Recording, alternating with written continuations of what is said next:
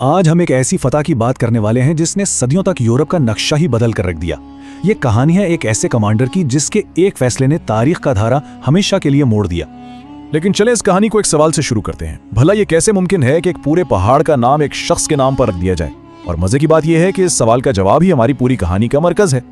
तो इस सवाल का जवाब जानने के लिए हमें मिलना होगा अपनी कहानी के मरकजी किरदार से, तारिक इब्न ज़ियाद।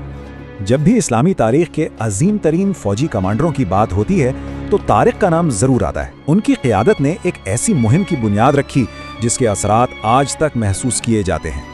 तो सवाल यह है कि आखिर ये तारिक इब्न ज़ियाद थे कौन? दरअसल वो शुमाली अफ्रीका के एक बर्बर कमांडर थे जो तकरीबन 670 ईस्वी के आसपास पैदा हुए। उस वक्त वो वहाँ के गवर्नर मूसा बिन नसीर के नायब यानी डेप्टी हुआ करते थे। और यहीं से इनकी कहानी का वो हिस्सा शुरू होता है जो आज भी दुनिया भर में मशहूर है। चलें देखते हैं कि जिब्राल्टर का नाम आखिर पड़ा कैसे। बात है 711 ईस्वी की। तारिक को हुक्म मिलता है कि वो हिस्पानिया यानी उस वक्त की विज़िगोथिक सल्तनत पर हमला करें।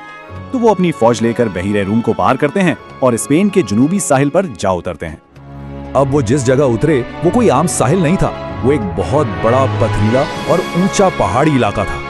तो फौजियों ने इसी जगह को जबले तारिक का नाम दे दिया, अरबी में जिसका मतलब है तारिक का पहाड़।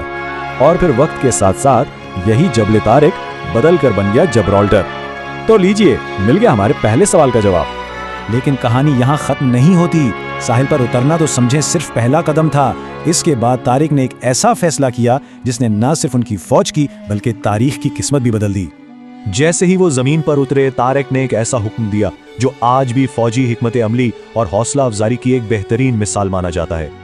उन्होंने हुक्म दिया कि अपनी तमाम कश्तियां जला दो। जी हाँ, वही कश्तियां जो उन्हें यहाँ तक लाई थी। इस हुक्म का मतलब था कि अब वापसी का कोई रास्ता नहीं बचा था। ये एक बहुत बड़ी नफ्सियाती चाल थी। पैगाम बिल्कुल साफ था, वापसी के सारे रास्ते बंद हैं।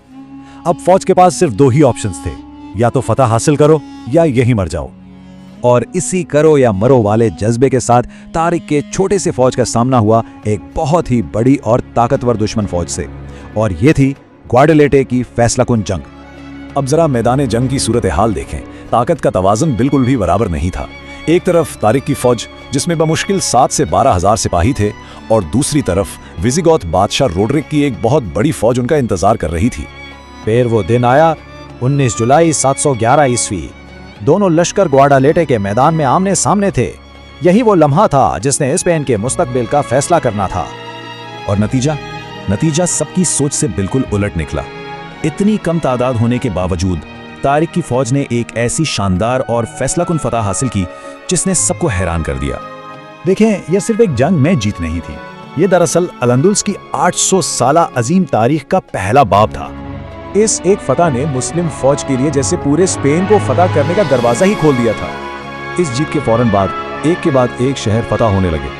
टोलीडो, जो इस वक्त विज़िगोथिक सल्तनत का दारुल हुकूमत था, और कुर्तुबा जैसे बड़े और अहम शहर बहुत तेजी से फतह हो गए। और इसी तरह अंदलुस में कैसे दौर का आगाज हुआ जो इस खित्ते में तकरीबन 800 साल तक कायम रहा। 800 साल, सोचिए जरा। इस लंबे अरसे में अल अंदलस सिर्फ एक सल्तनत नहीं रहा, बल्कि ये फन, साइंस और फन तामीर का एक बहुत बड़ा मरकज बन गया। इसने ना सिर्फ यूरोप बल्कि पूरी दुनिया पर गहरे असरात छोड़े। हकीकत तो ये है कि आज भी इस्तेमाल होने वाले कई तिब्बी आलात और रियाजी के उसूल इसी दौर की देन है। तो ये कहानी हमें एक बहुत गहरी बात सोचने पर मजबूर करती है कि कैसे एक शख्स का एक फैसला, सिर्फ एक फैसला, यानी अपनी कश्तियां जला देने का फैसला, ना सिर्फ एक जंग का नतीजा बदल सकता है बल्कि आने वाली कई सदियों की तारीख का रुख मोड़ सकता है।